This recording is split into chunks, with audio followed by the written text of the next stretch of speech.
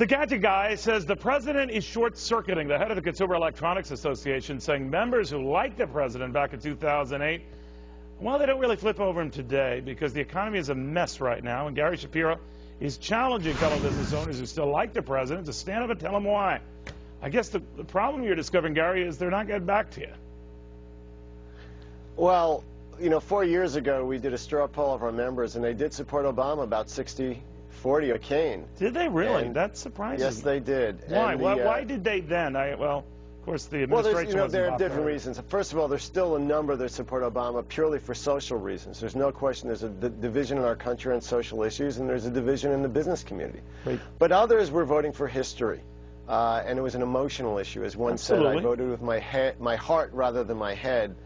But others are just lifelong Democrats, and they're switching. But generally, I'm trying to identify any business owner, anyone who makes a payroll, any CEO, who is actually supporting President Obama on business reasons because they think he's good for the economy. So you've been jobs. inviting their response, right? Inviting okay, and what have you heard? I wrote a Forbes commentary last week, a lot of views. Not one person has responded saying, I am a business owner and I support President Obama for business reasons. It is actually shocking to me because when you write something like that and you get a lot of people reading it, you expect people to come forward.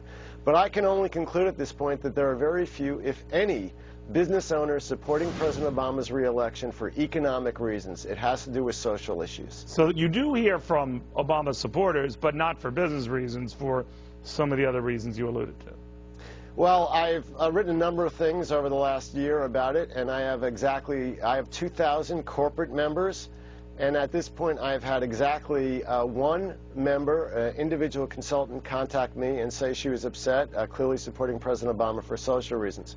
Look, I'm out of the closet for Governor Romney. He has everything we want, and his pick of Ryan is fantastic. Well, then how do you think your association members would feel now? I mean, if it was 60-40 for the president 4 years ago, how would he fare among your members now? Oh, at least 70-30. Look, most technology executives have worked their way up because they're engineers, they're IT people, they're nerds, they're data-driven.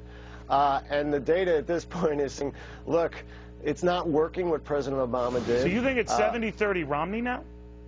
Oh, yes, at least. Wow. No, at least at the CEO level. I'm not saying, you know, all the people who work for these companies in Silicon Valley, but at the CEO level, the people that are making the decisions and the votes and are sitting around our board tables, they are clearly in favor of Governor Romney. No question.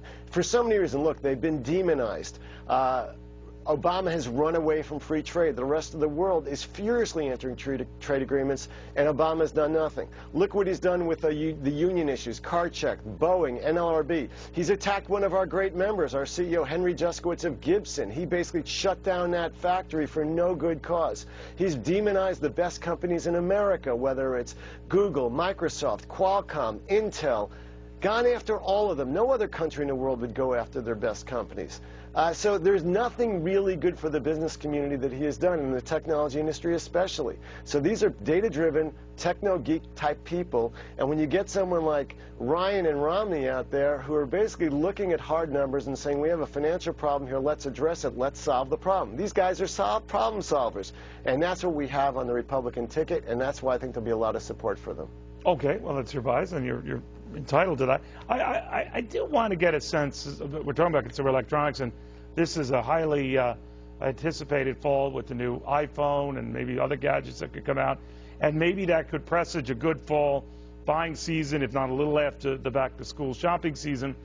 And that could be the wind at your members' backs, and maybe, for that matter, Barack Obama's back. What do you think?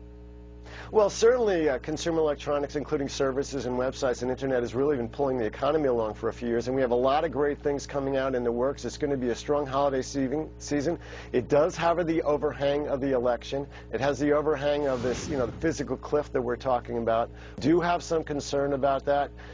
We made a decision several years ago that the most important thing for our industry is the health of the U.S. economy. Not in the short term, but in the long term. But you are right.